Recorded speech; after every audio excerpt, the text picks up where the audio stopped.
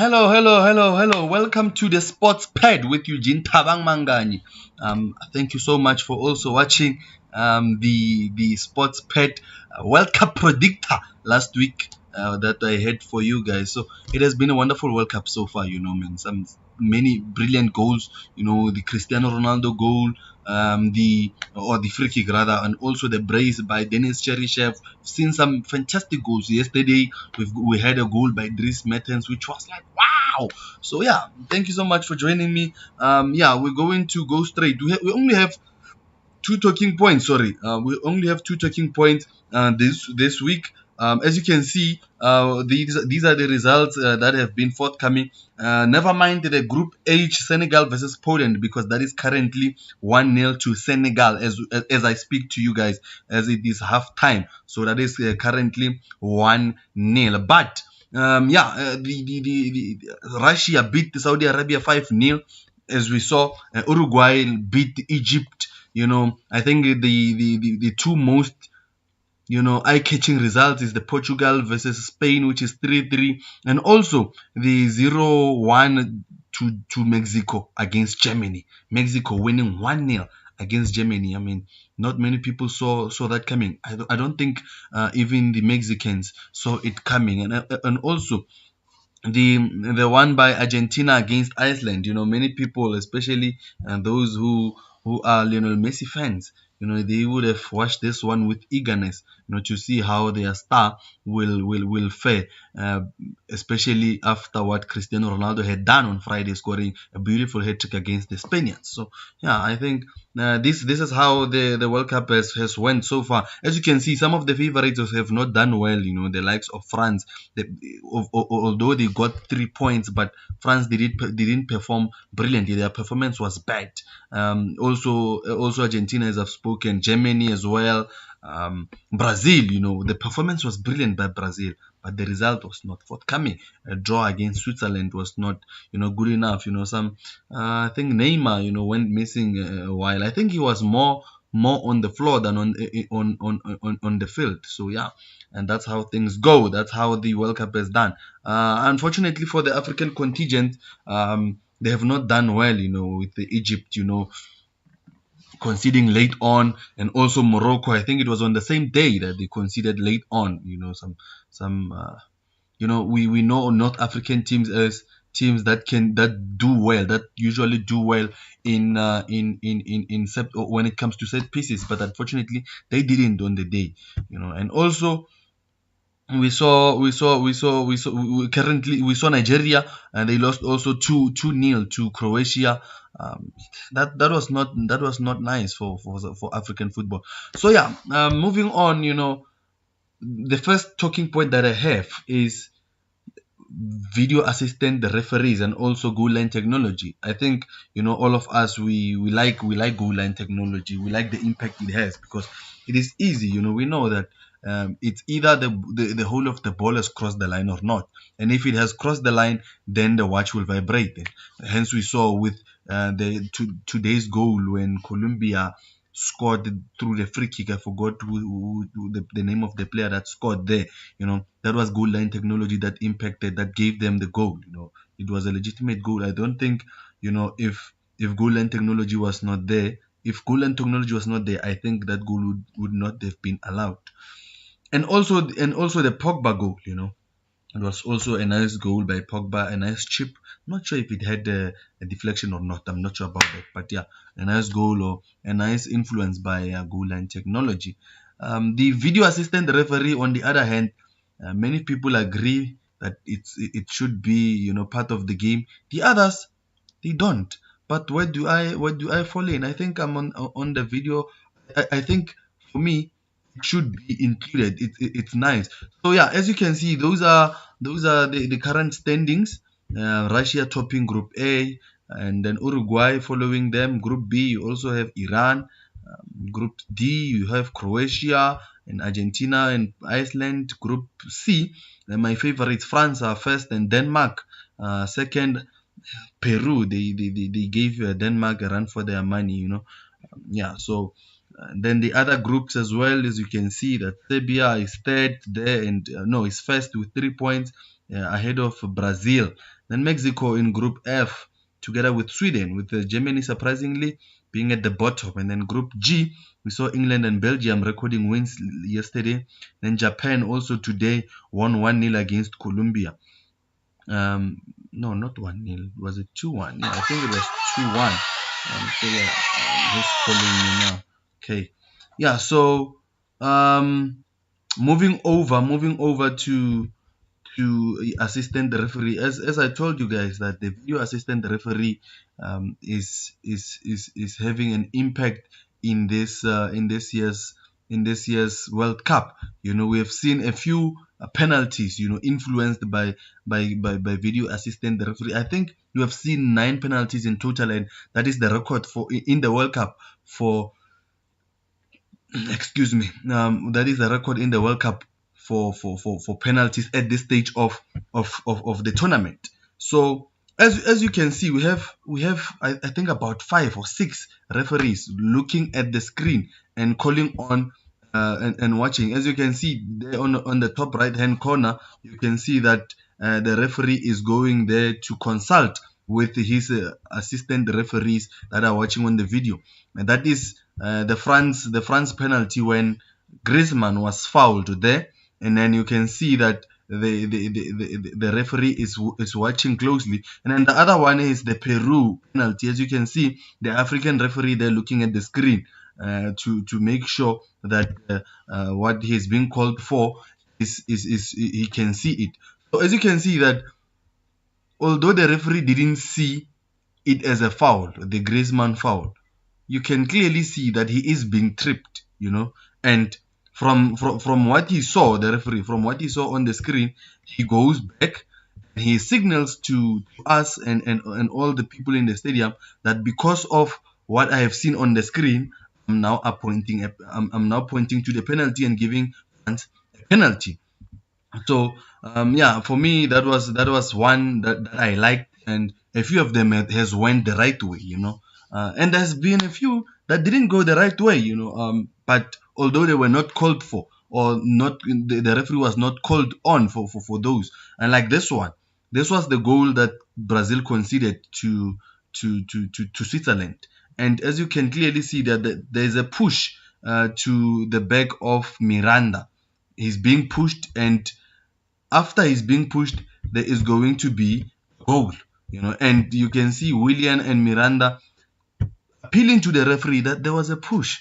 Why don't you go upstairs and check? I think that's where the referees should maybe, we all agree that the referee should have the final say, but although they should have the final say, they should be checking some of these decisions that they are not quite sure about, especially when a team is appealing like that. So for me, the referees should also have a check at other decisions as well. So this is the one by Paul Pogba where the whole of the ball crossed the whole of the line, and goal line technology did also confirm that, as you can see there. So I asked on Twitter and also on Facebook. I ran a poll, 2 polls actually. The first one was, having seen the intervention of VAR and goal line technology for the first time in the World Cup, are you happy about it? And I'm happy that 46% of you said yes on Facebook, no, on Twitter rather. They see 46% of you said yes, and 31% of you said somewhat happy. And as you to see on the other side on Facebook, 57% of you said yes. So yeah, I think we're all happy about the video assistant referee, or the technology as a whole of that is being included at this year's World Cup. So moving on, we also saw, let's not forget that we saw on Friday, we saw Cristiano Ronaldo scoring a wonderful hat trick, and the following date was the turn of Lionel Messi, the 2 best players at the moment, on in the world. They are on a battle of their own, and even their fans are on the battle of their own. So Lionel Messi missed a penalty, and there was uproar, Cristiano Ronaldo fans celebrating, and the Lionel Messi fans, saying no, he doesn't score penalties. He's not Penaldo. Yours is Penaldo. Stuff like that. But it calls for concern for me, because I saw a stat on ESPN FC. That is the stat there. 5 of his last 10 penalties, Lionel Messi has missed, and in his entire career, he's taken 40 penalties and only scored 13. Meaning that he has a conversion rate of 68%. He only scores 68% of his penalties. Is that a stat that would be good for somebody that we are terming as the greatest of all time, or is it even good enough for a team that is chasing to win the World Cup? Do you guys think that he should be relieved of his penalty duties? I don't know. I don't know. I asked you guys, and 40% of you said yes on Twitter. Yes, he should continue. But 60% of you said no, he shouldn't continue. On Facebook, 86% of you said yes, he should continue. So I don't know. I also don't know where on which side to fall upon, because I'm in the middle. I think many of us are in the middle, because we know we give him so much trust. We know what Lionel Messi can do, but we also know that he can fail dismally at the penalty spot, as he has done already. So yeah, I somewhat agree with you. And yeah, I don't have much time left with you guys, but I have created, after the performances. Remember that this is the last game that is playing behind me. It's Senegal and Poland. As we can see that Robert Lewandowski is about to take a free kick there. I created my team of the week. For me, my team of the week goes like this. It was not easy to create one, because you were supposed to have. I think I had uh, four teams of the week, because when I created one, or when I picked one player in, the other team played very well, and there was a better player. So even the formation was also a problem for me. So, but as you can see, I have Holdosen at the goals. For me, he gave some fantastic saves. Also that penalty save for Messi, and also Ahmed Fati on the right hand side of defense, for me, was immense for Egypt on Friday, on Saturday rather. He was immense. Yeah, it was on Friday. Sorry, he was immense for me. For me, probably the best right back in of the first round. Although he's playing central defense, he's playing as a center back, but he's playing more on the right hand side. Anasen, what he did to Lionel Messi and co. Although they put 10 men behind the ball, but Anasen for me stood out as the best defender of the lot. Godin, we know what Godin can do, and we saw what he did. There were a few runs he did with the ball. Bombing forward with the ball. For me, he was brilliant. Brilliant. Although Jimenez got the goal, but if Jimenez missed that one, we all know that Godin was getting that one and putting it at the back of the net. On the defensive midfield, or in midfield, I'm having Kante. I don't think there should be an argument about that one. De Bruyne, some fantastic passing, and also the assist for Lukaku's first goal. Brilliant, top notch. From De Bruyne there.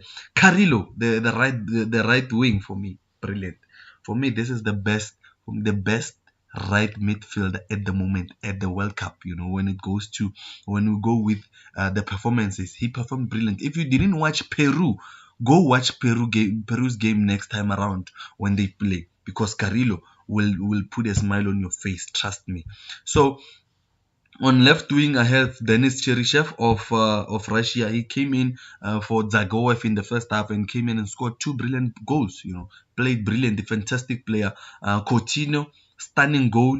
Stunning goal, and also some brilliant interpassing between him and Neymar. And then going forward, it was Ronaldo and Costa. For me, Costa shades it.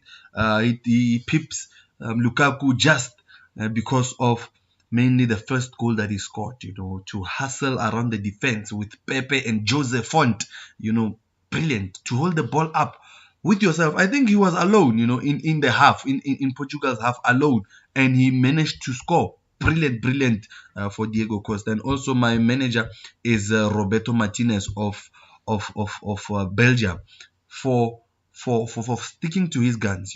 Some managers, after the first half went so badly, or after the first half, he didn't score as maybe he thought he would have, they would have made changes, maybe try to put on Fellaini and whoever, just quickly after the first half. But he didn't. He stuck to his players. He gave faith to his players, and they produced. Hence, I'm giving him my manager of the week. So look out for the next manager or the next team of the week that will be coming next week for the for the games that has been for the second games of the group stages. So yeah, thank you so much for joining me. If you want to get in touch with me, those are my contacts. You can catch me on WhatsApp, you can catch me on email, and also Twitter and Facebook. Yeah, so don't forget that I will be doing a video every week. I will be doing a video for you guys. So please, I need those comments. I need to know where I should fix, and what I should add. You can also comment here on you can also comment on my Facebook channel, on my YouTube channel rather, which is Eugene Tabang Mangani. Oh no, Eugene Mangani. Sorry.